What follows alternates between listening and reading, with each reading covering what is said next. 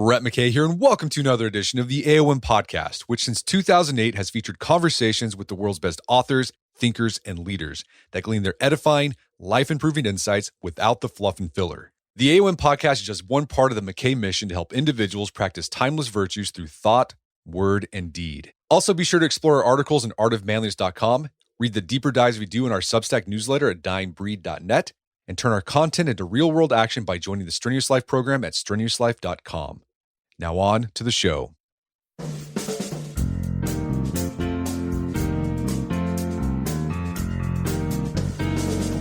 When people visit a therapist's office for help with their depression, they often don't find the relief they're seeking.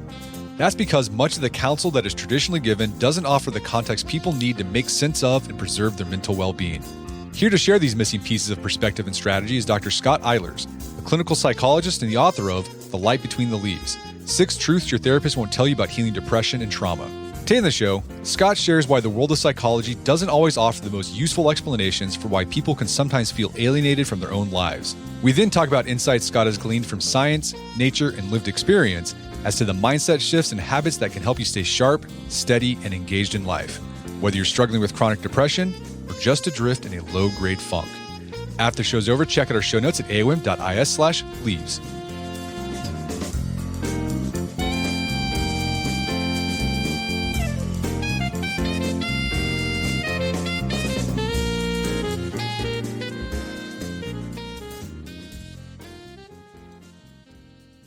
All right, Scott Eilers, welcome to the show. Thanks so much for having me, Brett. I am very excited to be here. I've been getting value out of listening to your podcast for a long time, and I'm excited to be able to hopefully give back a little bit. Well, thanks for listening. I appreciate it. So you are a clinical psychologist who specializes in helping people with conditions like bipolar disorder and severe depression, severe anxiety.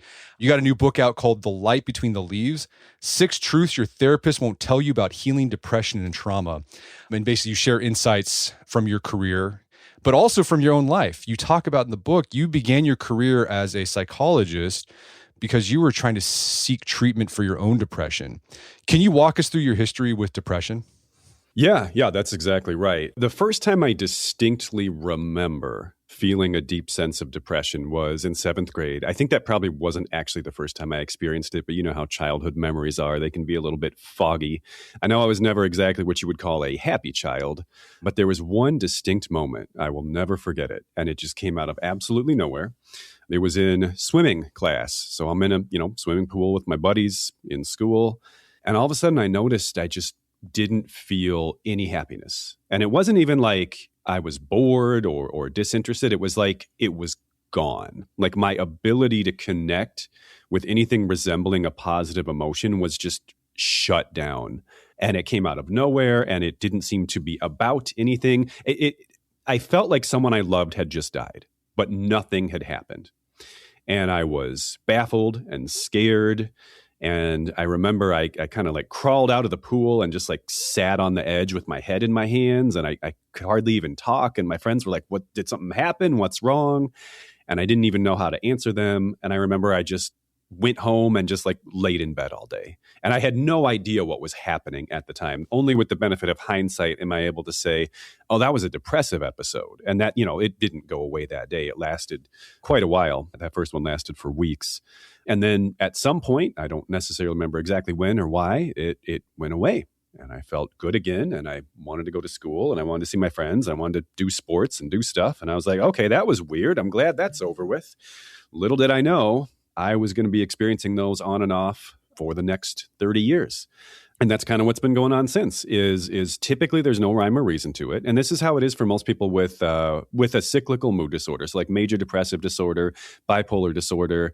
It means we experience these things in episodes or in waves. And so you'll have periods of time where your symptoms hit you very hard. They don't have to be triggered by anything.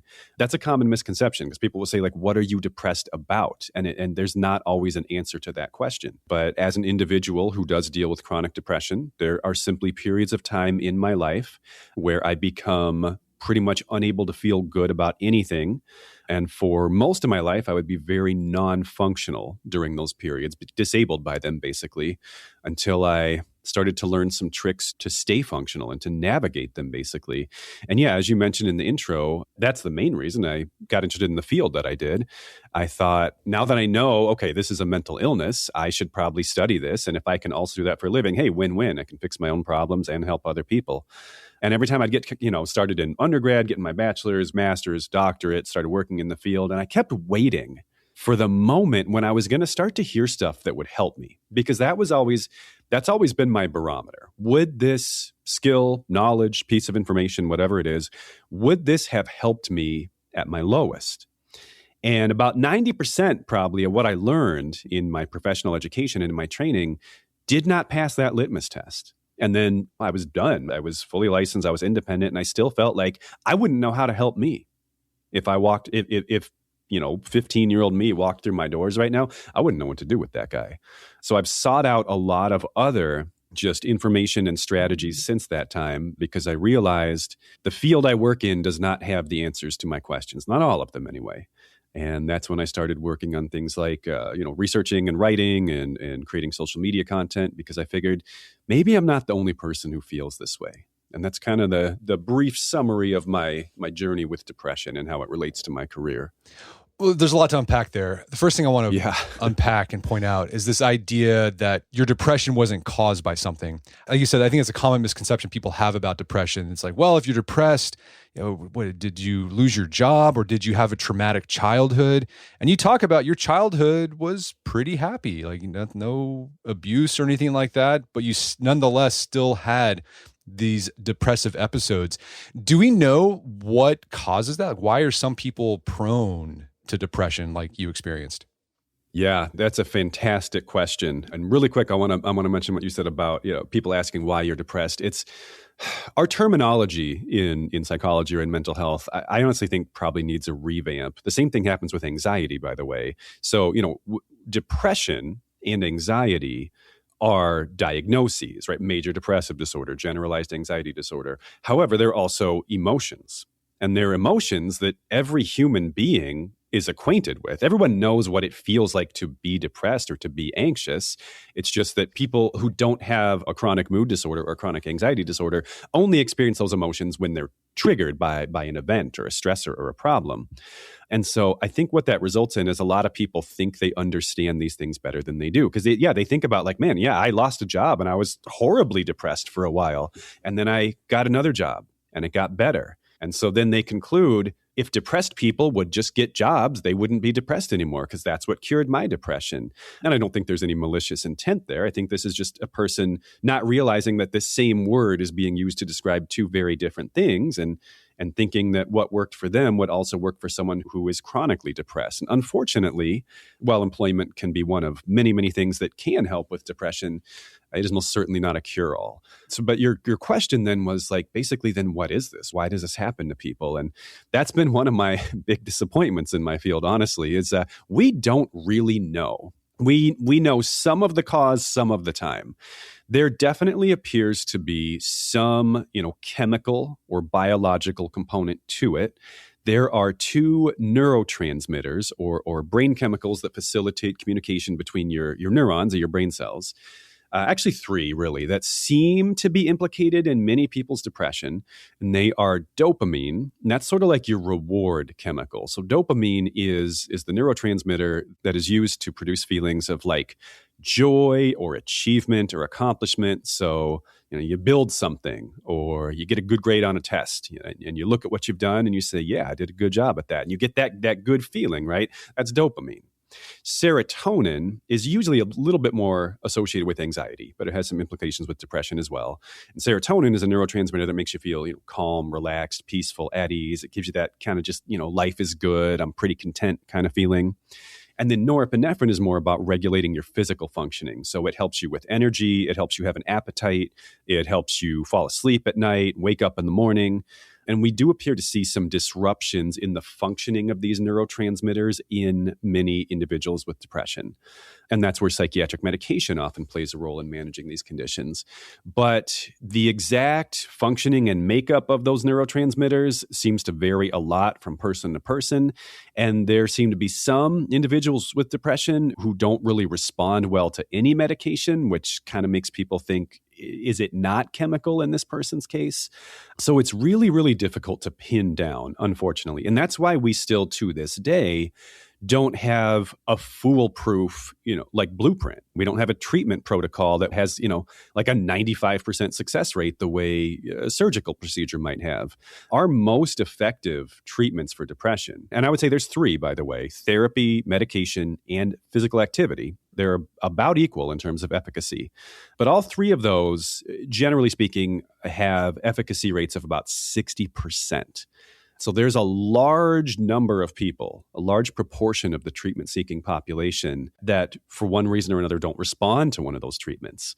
And my theory, well, I have multiple theories on that, but what I think that means as far as the causes of depression is, I don't think there is one. I think that, at the risk of overcomplicating matters, what we currently call depression probably is more than one thing. If we really fully understood it, I think we would see this as a cluster of similar looking conditions that we've lumped together. But that's purely a theory. I have no data to back that up. Yeah, so it sounds like there might be a genetic component to this. Essentially, the wiring you were born with makes you predisposed to that. Like in my life, I've had a couple of those, more traditional depressive episodes, and they were precipitated by stressful events. But sometimes I just get into these funks for no reason at all. And I think it's because I just have this ingrained tendency to focus on the negative.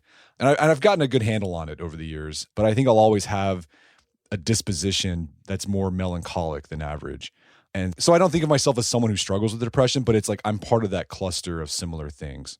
Well, and to your point there, another factor that a lot of people, including myself, think play a role is just simply a person's personality. Some of us are just more prone to maybe bigger feelings in general. Like we know that emotional intensity varies from person to person. Some people just feel all feelings, pleasant and unpleasant, more strongly than others. Some of us are obviously more pessimistic and more cynical than others, and that's just kind of the way we're built or the way we're wired. Some of us are more social than others, and while that's not inherently a good or a bad thing, something else I see a lot, and I would very much say this has been a piece of my story, is some of us are just our natural personality types that we're born with that don't really change, at least at their core, throughout our lives. Some of us are just a better fit for the world than others. And I seem to have a personality type that just doesn't gel real well with society, or at least most of mainstream society. And that's an experience I had a lot growing up, especially when, you're with people your own age the vast majority of your day.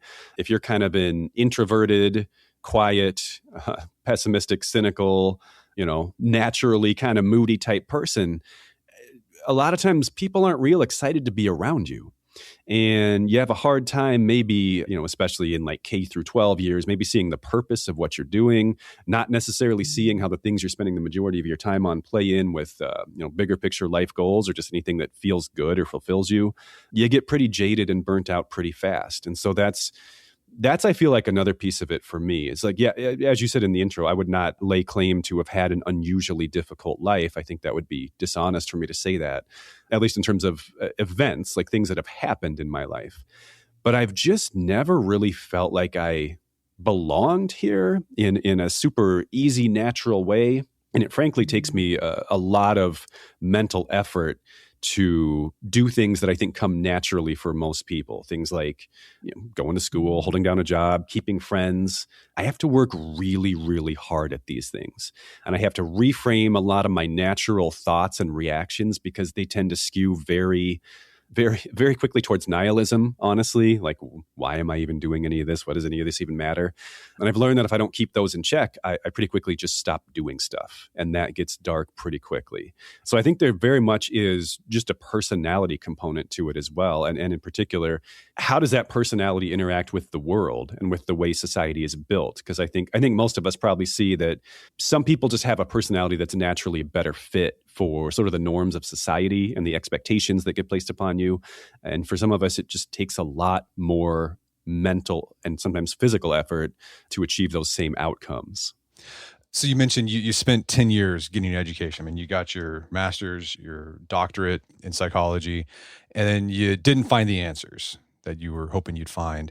What do you think is going on there? Like, is it the way that traditional psychotherapy approaches treating people with depression that's causing the problem? Or is it just like what you talked about? Like depression is like caused by a whole bunch of different stuff, so no one really knows and they're just kind of like throwing spaghetti on the wall. Yeah, I think there's a lot. I'll give you kind of a broad overview here because I have a few different theories. One is definitely what you just said. And this is not unique to depression, by the way. I think this is many mental health conditions, but I think they're far more varied and complicated than we currently recognize them to be. We see these clusters of symptoms and we say these people have really similar symptoms, so they probably have the same thing. I'm just not convinced that that's the case. What I describe as depression, I've done real deep dives on like my YouTube channel, for example, explaining all my symptoms. And there'll be people that are like, I also have depression, but this doesn't sound like me. So then is that even really the same thing? Are we calling some relatively similar things the same thing? And if so, treating them the same and possibly doing people a disservice. So that's one, is I don't think we fully understand what we're dealing with. I think probably the biggest issue, though, is professional mental health is kind of at an odd crossroads where, we're a young field, right? I mean, really 100 years old, that's nothing for a scientific discipline.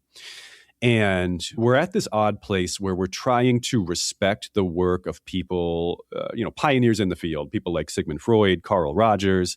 And then we're also trying to become a more hard science through, empirical research and double-blind studies. And our history and our data, I don't think they sync up real well. So to give you an example, a really, really popular form of therapy or like therapeutic orientation is what's called person-centered or humanistic therapy. And there's going to be people who are mad at me when I explain it this way. This is a super, super quick overview. But a large part of a person-centered therapy practice is the idea that the client, the person seeking therapy, basically knows what they need to do, that they have the ability to kind of self-actualize and like basically solve their own problems through having, time and focus and support and reflection from the therapist to essentially just enable them to kind of think out loud in the therapy session. That would never have worked for me. I very much did not have the answers. No amount of me sharing how I felt was going to accomplish anything. That's all I did. I spent 10 years basically wallowing and ruminating and telling anyone who would listen how I felt. Obviously, they weren't trained therapists, but I don't think that was the limiting factor. I needed help. I needed direction. I needed strategy. I needed guidance. And these are things that we are somewhat discouraged from providing as professional therapists. And there's a degree of wisdom in that. Like, I don't know what job a person should do. I don't know what house they should live in. I don't necessarily know which of these people they're dating should they, commit to. But there are things we know about mental health. And I get very frustrated when therapists refuse to acknowledge that. Like, we know roughly how a person needs to sleep. More or less, there's a little bit of individual variation in that, but we know on average, a person who's getting about 8 hours of pretty high quality sleep at around the same time every night is going to enjoy better mental health than a comparative person who isn't doing that. We know, this is critical, that regular physical activity is literally equivalent in reducing symptoms of depression and anxiety to regular weekly therapy or psychiatric medication. Like top of the line treatments, exercise matches it, and in some areas beats it. And yet there are so few therapists who will even ask a depressed person, what's your physical activity level like? And obviously, I know that's a little bit of a chicken or the egg thing. It's hard to get anyone to work out regularly. It's really hard to get a depressed person to work out regularly. I do understand that. But we're not even having those conversations. We're not even planting those seeds. We're not even asking those questions. It's this very client-led process in so many cases. And that fundamental idea that this client has the ability to self-regulate and self-actualize and figure out their own answers, I'm sure it is true for some people. I can tell you, it wasn't true for me, and it's not true for the majority of the people I serve. These are people who are on the bottom of life looking up at everybody else, and they are lost, and they are miserable, and they are stuck, and they don't know what to do. And they need way, way more than a sounding board in order to help them move forward. That's what I think is probably the biggest issue in my field. One question I had for you, and I've had to grapple with this as well. So this idea of depression might not necessarily be caused by something. You just you're predisposed to it. I mean, understanding that I can see can help you. Okay, well, this is how I am, and now there's things I have to do to manage it, mitigate that. And we're going to talk about some of those things that people can do, like exercise. I want to dive deeper into that for sure. But also, I've experienced that when I think like, man, this is just who I am. That even gets more depressing. Where you just like, you kind of go in this death spiral. I was like, why do I have to do all this stuff just to be functional? So how do you avoid that, do you think? That's a really good question. For me, a big part of it has been prioritizing, because really there's only two reasons a mammal does anything. They're engaging in an activity because they're either trying to move towards a desired outcome or away from an undesired outcome. That's motivation. That's all of human motivation can be boiled down into one of those two categories. And I think this answer might expand a little bit even beyond mental illness, but it has a lot of implications for chronic mental illness.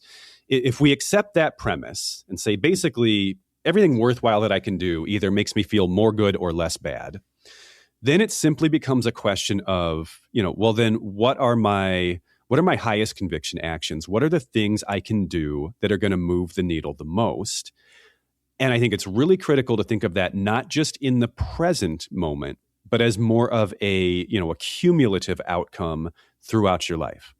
What got me stuck for a long time is I tried to cope with depression by doing things that felt good in the moment. Some of those were, blatantly unhealthy things like impulsive spending or substance abuse.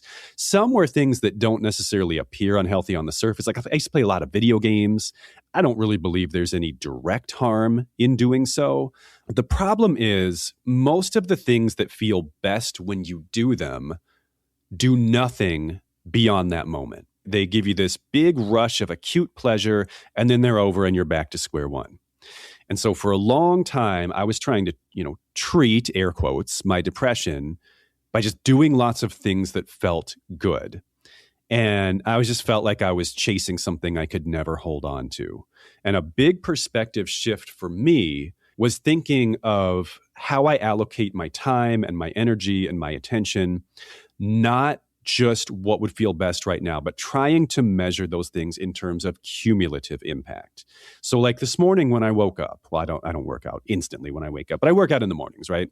So, I have a decision to make. I could spend 30 minutes playing a game on my phone or 30 minutes exercising. Now, I like exercise more than most people. And yet even I will not make the claim that those 30 minutes of my life will feel better if I'm working out than if I'm playing a video game. At least not from a mental or emotional stimulation perspective. No, the game wins. But the exercise pays off again and again and again. I will feel good all day long from getting a workout in the morning. I will not feel good all day long from playing a video game for 30 minutes in the morning. In fact, I probably won't even remember that I did it. It's just a downtime activity. And when I started thinking of my life in that way, when I started thinking of cumulative impact, that completely changed my framework.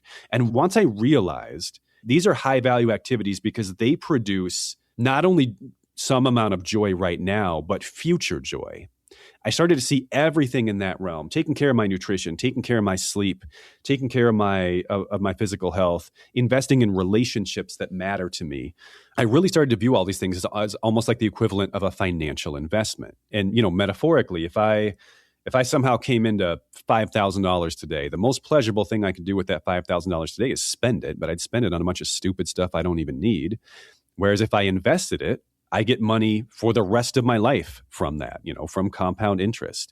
And I think that the activities or the strategies that help manage a chronic mental illness, I think of those as the equivalent of investments. And once you realize that thing you're doing isn't just going to make you feel good right now, it's going to make you feel good over and over and over again, you start to anticipate that reward. You start to anticipate that outcome, and it actually becomes a more pleasurable experience. It becomes more enjoyable because you see the value in it. And so at this phase of my life where I'm at, my goal, that the thing that feels best to me is basically to just keep my system as close to 100% as possible, as close to 100% of the time as possible. And being near that benchmark feels better to me than anything I can do just as an acute activity. In other words, I find it more enjoyable to do things that make it feel good to be me than to do things that feel good. Because again, I'm inclined in that same direction you are. I'm not the guy who opens his eyes and hears birds chirping and says, God, I'm happy to be alive. I have to work for that. It doesn't come naturally to me. But I have found that I can get there if I take excellent care of myself and my mental health. I can live that way. And that does more for me than any hobby, any activity, any recreational thing could. So once you start to see kind of the proof of that, that's when that, at least for me, I don't know if this is a thing that works for all people or if this is just an idiosyncratic Scott thing. But once I really saw that starting to work, that's when the switch flipped. And I'm like, this is the top priority. And I don't approach it as like a grudging, grueling, oh, I have to do all my mental health stuff today. It's like, this is what I need to do to feel my best. And that is my goal. And so there's really not much else to think about once you get to that point.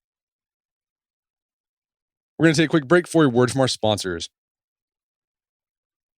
And now back to the show. So in this book, The Light Between the Leaves, it's called that because what you do to figure out strategies or philosophies to help you manage your depression is that you look back at your life when you were the happiest.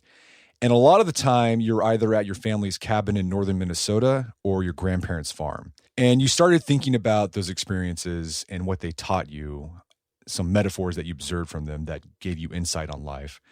In the first lesson you talk about, you got from your family's cabin in Minnesota. What insight did you get from the isolation of your family's cabin about how the mind works when we're depressed? Yeah, that's interesting because so this cabin was on a peninsula between two lakes. And so there's only one road in and out. And it ended a few houses beyond ours. And being in very rural northern Minnesota, this is like a poorly maintained, it's like a forest road basically. And so there were quite a few times when we were there that we were stuck because if there were, snow, mud, fallen tree, like you can't get anywhere if this road is blocked. And every time that would happen, like the whole vibe would just change because even a very, very pleasant and wonderful place can feel like a prison if you're trapped inside of it, especially if you can't access anything that you need. And I remember that those vibe shifts when we were like kind of stranded there growing up. And I remember looking back on that first depressive episode that I mentioned earlier, it had a very similar feeling where it's like I felt trapped inside of my own mind. And I knew that there were good things out there. Like I said, I was swimming, which I loved, with my friends who I really liked. Like there was good stuff right there in front of me. But it felt like there was some kind of gap or barrier between me and all that stuff. And even though I knew it still existed, I couldn't access it. And that was the exact same thing that would happen when that road was blocked. Like the hospital still existed, the grocery store still existed, but we can't get there. We can't access them. And I noticed that especially in my worst depressive episodes, I would feel further and further away from the world. I could feel myself withdrawing inside of myself, if that makes sense. And I don't always find that an unpleasant place to be. I like thinking. I often enjoy being, in conversation with myself. Again, I'm a more introverted person, so that's kind of my comfort zone. But not when I'm depressed. When I'm depressed, it becomes a dark, abusive, scary place to be, but I can't get out. I find it hard to engage with people. I find it hard to do things. And that, I think, was the biggest lesson there, is that if you can't access anything else, if you're trapped within yourself, you cannot fix that problem by having good things outside of you. And that goes back to our earlier point. Like you don't fix depression by just having a really good life. And if you could, I don't think, these aren't people I claim to know. So, I'm kind of speaking out of ignorance here, but, you see celebrities, you see famous people who would appear, at least to a naive observer like me on the outside looking in, to have all of the things in life that most people want. They have respect and they have financial security and they have time and freedom to chase their goals. And yet these people, some of them struggle with depression and addiction and even suicide in some cases. And without knowing them, I can only conclude, yeah, they had those things, but maybe they weren't really able to feel them. Maybe they were trapped inside of their own minds, trapped inside of themselves, and not able to access any of that goodness that they theoretically, could touch in their own lives. And maybe that's just me self-inserting into their story, but I know that's how I've felt during those episodes. And that's why, this kind of goes basically that my proposed solution to that problem is what I just said before you asked this question, which is that self-care, which I mentioned as being analogous to maintaining that road. Your ability to care for your own mind, that's the road connecting you to the rest of the world. And if that road gets blocked, if that road falls into disrepair, it doesn't matter who or what you have, because if you can't feel any of it, it won't be able to touch your depression and you will be miserable. And so, the things you can do to maintain that road to the cabin of your mind, like you said, that self-care stuff, getting enough sleep is a good one. Not too much sleep. Sometimes when you're depressed, all you want to do is sleep. So, 7 to 8 hours of sleep, eating right. And then we talked about exercise. I want to talk about this because this is something you talk a lot about and you're a big proponent of. Mm-hmm. Exercise as we'll call it a treatment for depression. What is it about exercise that makes it such an effective way to alleviate or keep your depression in check? Yeah, I think it's so effective because it is multifactorial. And, that goes back to our conversation earlier that depression in and of itself is likely multifactorial. And therefore, just any one thing is probably not going to be the answer for a person. But exercise really is more than one thing if you break it down to its core elements. So we know that there are neurochemical changes that occur when a person gets regular physical activity that are very, very similar to the changes that occur when a person is taking like an antidepressant medication, for example. So there very much is a chemical component with exercise, but there's also an achievement component. We know that if a person sets goals and then achieves those goals or even works toward those goals, that facilitates the release of dopamine. Now, sometimes depression blocks that, but if you have tangible proof, that's one of the things I love about exercise is you can track it. You can have data, you can have metrics, because your depression can make you say, well, am I really doing a good job? But if you can prove like, no, I am getting stronger, I'm getting faster, my endurance is going up, my flexibility is going up, whatever your goals are. If you have data that says, no, I have demonstrable evidence that I am in fact achieving my goals, it's pretty hard for your depression to argue against that. In many cases, physical activity is often something we do with other people, right? You take a class, you maybe play a sport, or even just joining a gym, even if you don't talk to them. Like just depression is so isolating. And this is one thing I emphasize to people is even just being in a place where people are can help with those feelings of isolation, even if you don't talk to them.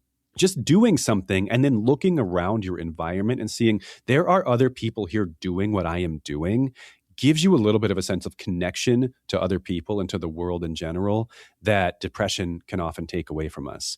Many forms of physical activity can become hobbies. And so they are inherently pleasurable activities in and of themselves. When I say exercise, you don't have to run or do weight training. Certainly you can. Those things count. You could take up hunting, which might involve a lot of walking, or fly fishing in a stream where you have to walk a mile against a current.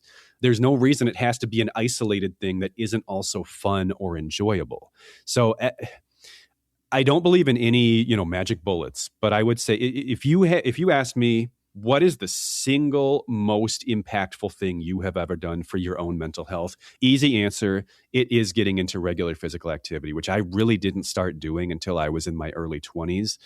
That was the single biggest shift I experienced in my mental health. It did not fix everything. It was not the cure, but that was a huge turning point for me where I did start to feel like I think I am actually turning the tide and winning this battle and maybe feeling okay more often than I feel miserable. And so it would be my highest conviction recommendation for anyone struggling with their mental health. It also, one more thing, because there's so much good it does, it's hard to even remember it all. It also improves cognitive performance. So if you think like executive functioning, focus, concentration, memory, organization, time management, it literally makes your brain work better because your brain uses blood and oxygen to do its job. And improving your cardiovascular fitness increases the amount of blood and oxygen that are available to your brain. And we know that depression and many mental health conditions, they kind of give you that brain fog. They make you feel slower, dumber, frankly. You get more forgetful. You need to take breaks more often. So it can help you get some of your efficacy back, some of your edge back. It makes you more effective at work, at school, in social situations. It's hard to even give a full overview of everything physical activity does for your brain and your mood, but it is one of, if not the most powerful tools in our toolbox, in my opinion, and so underutilized in therapy. Yeah, I agree with you. Exercise has been a game changer for me. And with all these self-care things, with the sleep, the eating right, exercising, you talk about this. One of the things they do is they help your prefrontal cortex. And your prefrontal cortex, I'm sure people have heard this, sort of like the manager of your brain. It's executive function. And one of the problems I notice whenever I get into my funks is my prefrontal cortex is basically checked out. And my brain does whatever it wants to do. And so like I'll go down this sort of negativity spiral. But when I'm living right, I'm exercising, getting enough sleep, not stressed out, that prefrontal cortex is there. Whenever I notice myself slipping into like a funk, it can kick in and be like, oh, hey, we're going to stop this now. We're not going down that path. Yeah, I've noticed that as well. Yeah, it's exactly that. So one of the most important jobs of your prefrontal cortex is emotion regulation. So your emotions are generated in your midbrain and they're managed in your prefrontal cortex. So there's a little bit of a communication process that happens there. So your brain makes a feeling, then tries to figure out what to do with the feeling. And so your ability to regulate your own emotions, which is to, put them into context, figure out, this feels like a catastrophe. Is it? Am I overreacting?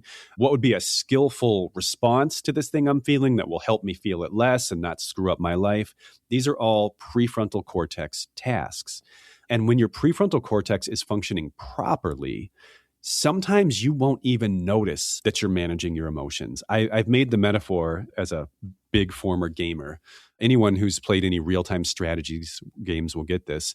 It's kind of like having like anti-air turrets in your base. Like it will defend you from attacks that you don't even know you're under because it will just work and it will take the edge off those big scary feelings sometimes. It'll make you, irritated instead of angry, stressed instead of anxious, moody instead of depressed. Like it takes some of the edge off. It kind of repackages things into a more manageable, more palatable form.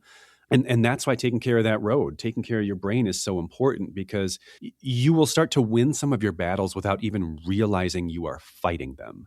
Some of your problems will seem as if they have magically disappeared and you won't even know where they've gone. And the truth is they haven't actually disappeared. Your brain is just finally managing them the way it's able to when it is properly cared for. And then your emotions don't require constant babysitting from you to deal with them, which is, I think, a place we'd all like to get to. Yeah.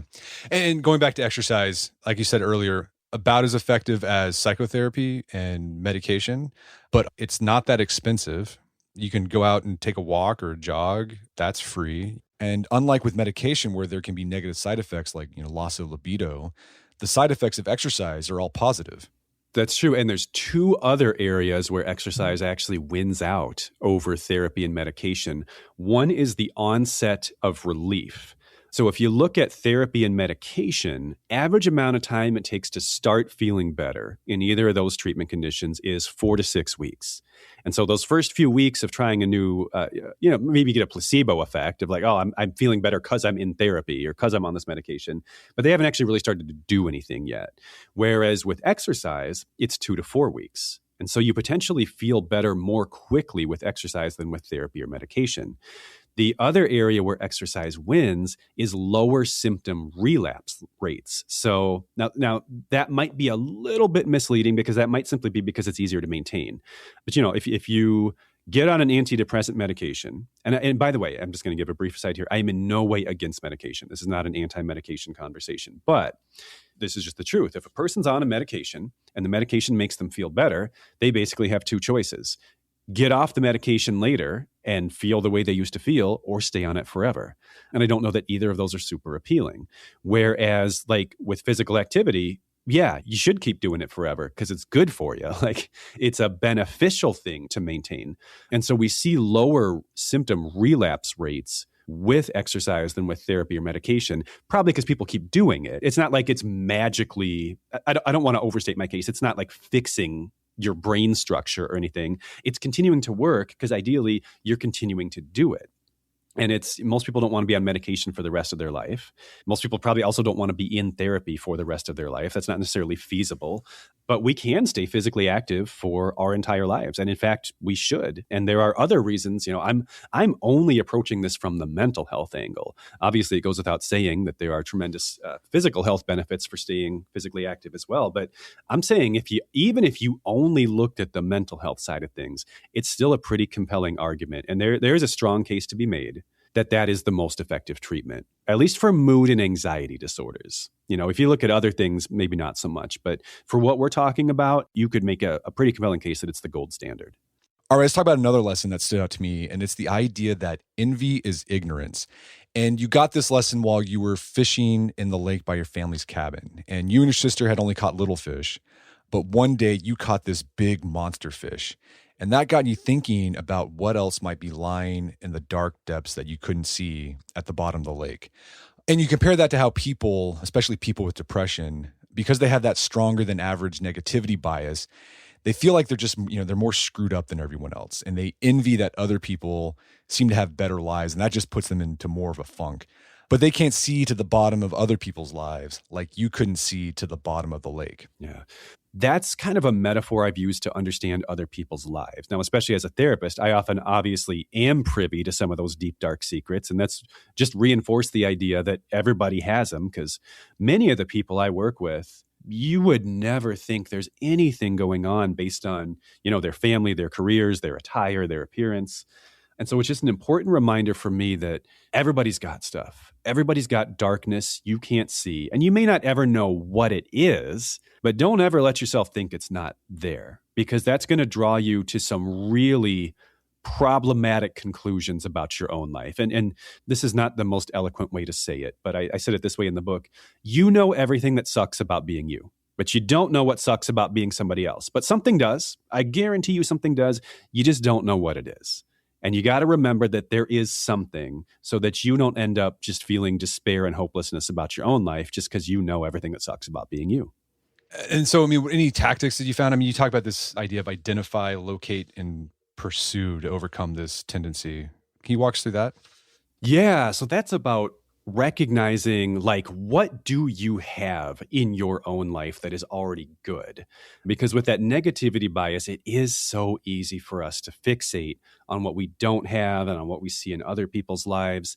And identify, locate, and pursue is just kind of a blueprint I use to help us really see and appreciate what we do already have. Like, all of my therapy clients want something that another one of my therapy clients has and isn't happy with.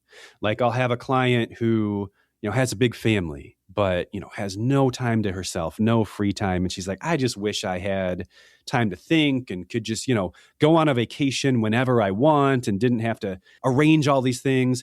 And then I have a client who can't have kids, and she has all of that. She has the freedom and the time and the money, but she just wants more people to share it with. And it's like, so often I see that where I'll have two people thinking that the solution to all their problems is a thing that somebody else I know has and isn't happy with. And what that has led me to believe is there's no certain configuration of life that's going to make you happy or not happy.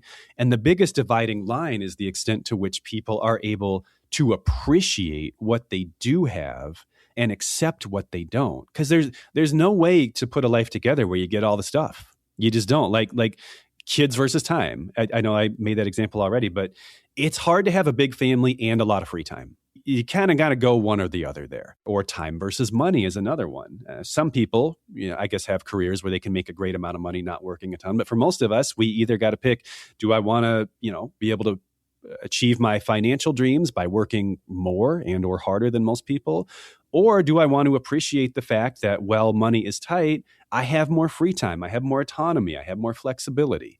And so that, I think, is the biggest difference is not, do you have all the stuff, but are you able to pull the joy out of what you do have and practice some acceptance of the fact that, the things you don't have, if you were to pursue them, you'd lose some of what you do have. And ultimately, once we get to adulthood, we're all busy. We all have limited resources.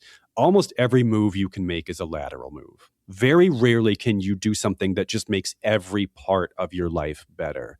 And it's usually, I could trade a little bit of this for a little bit of that. And that makes one thing better and one thing worse. Which is actually better?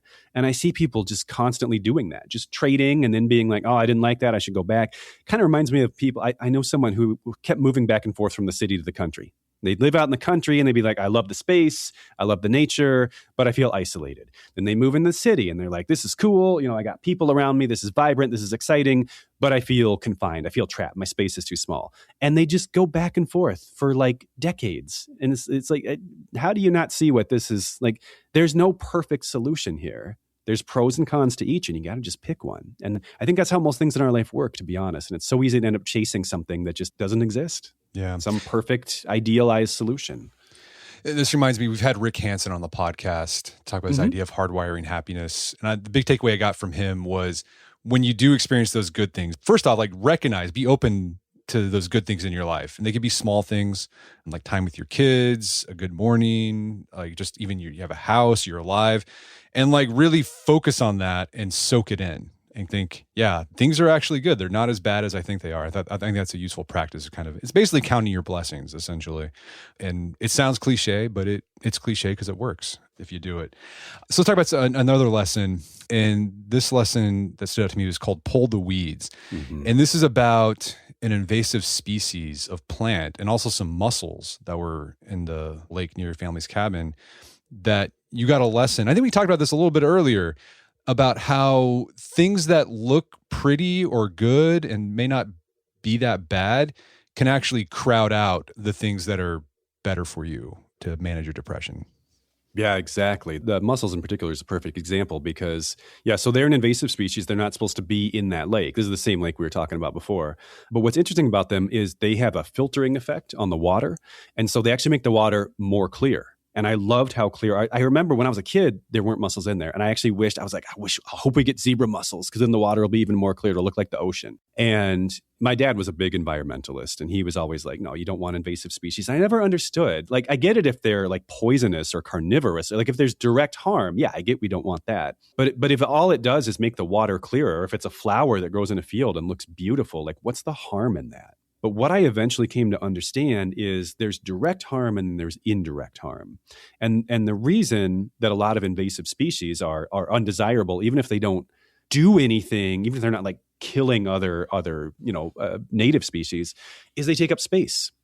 They take up resources. A flower that's not supposed to be in a certain ecosystem still requires soil, still requires water, and it's taking that from something that does need to be there. And that flower, while it may be beautiful, doesn't necessarily provide any value to that ecosystem because it's not part of the food chain there. The animals might not eat it. It's just a pretty waste of space, basically.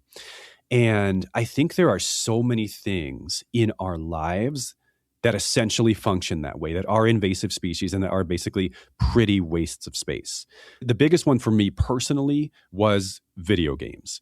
I really enjoyed video games, and I think that they can be a great hobby for a lot of people. But what I noticed in my own life is that I enjoyed video games so much that everything else in my life kind of came second.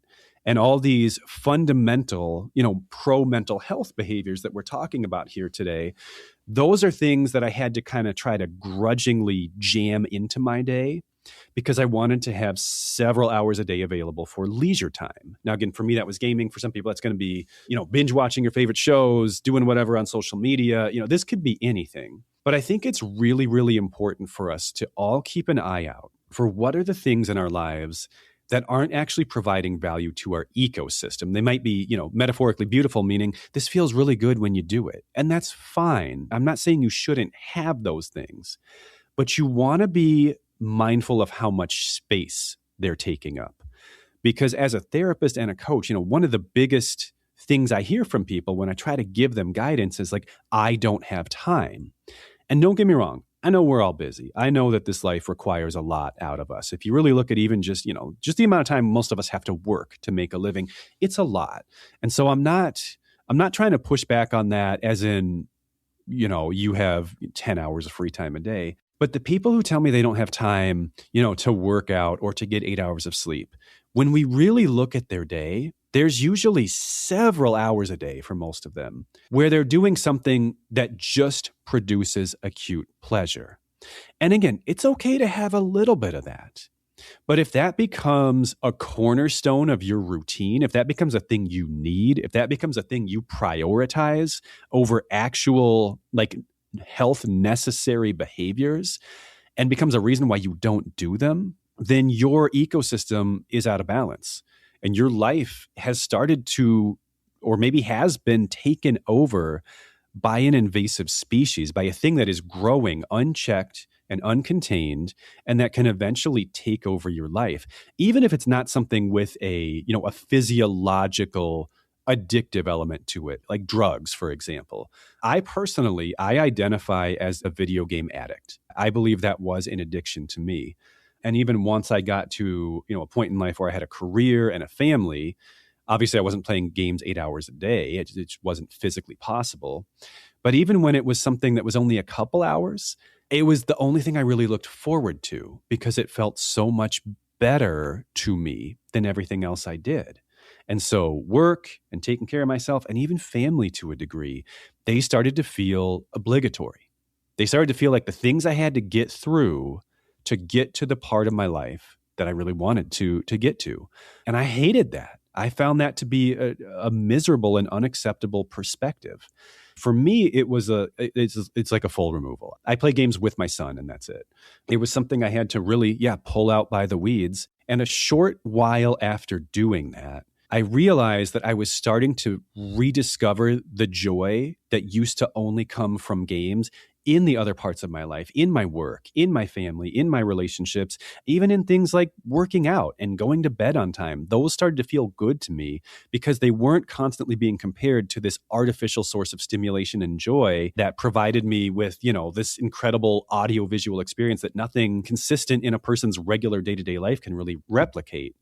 And so it was basically addition by subtraction. My life got better by taking away something that I loved, because it raised the average enjoyment of everything else that I did by comparison. All right, this last lesson I want to talk about, and it's keep the water flowing. And you got this lesson from some backwater.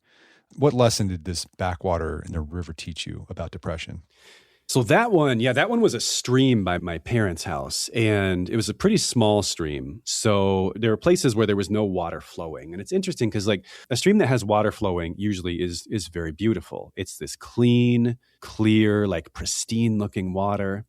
But then you'll see these little pools where the water doesn't flow. And it's completely different. These, like plant matter and even dead fish, they start to decay in there and gases build up. They smell horrible. The water looks brown and disgusting. And this is the same body of water. So I look at these same two things that have very different properties.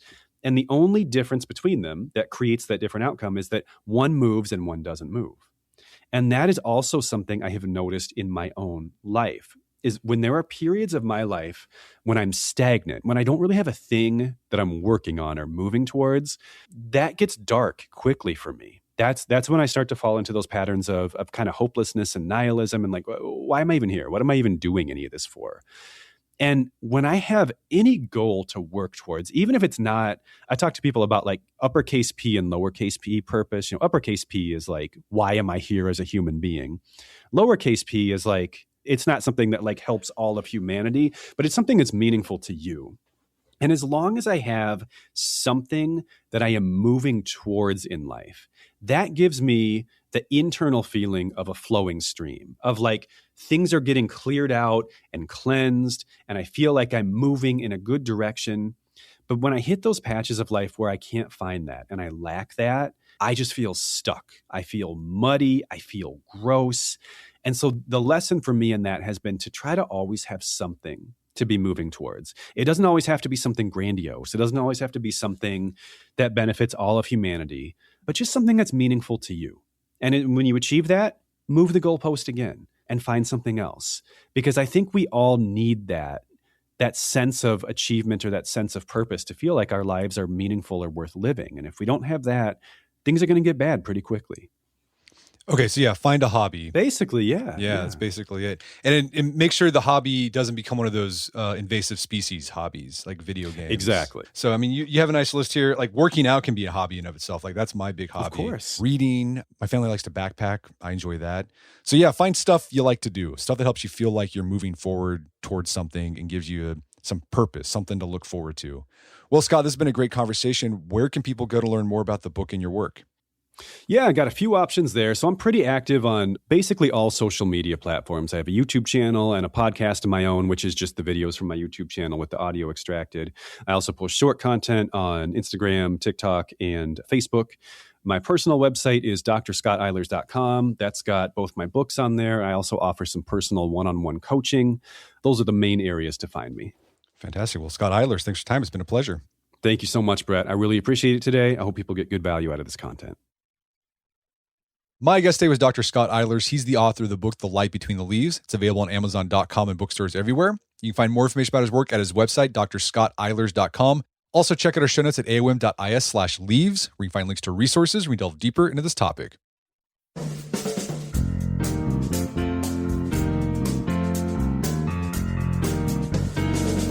Well, that wraps up another edition of the AOM podcast. If you haven't done so already, I'd appreciate it if you take 1 minute to give us a review on the podcast player that you use. And if you've done that already, thank you. Please consider sharing the show with a friend or family member who you think reads something out of it. As always, thank you for the continued support. Until next time, this is Brett McKay, reminding you to not only listen to the AOM podcast, but put what you've heard into action.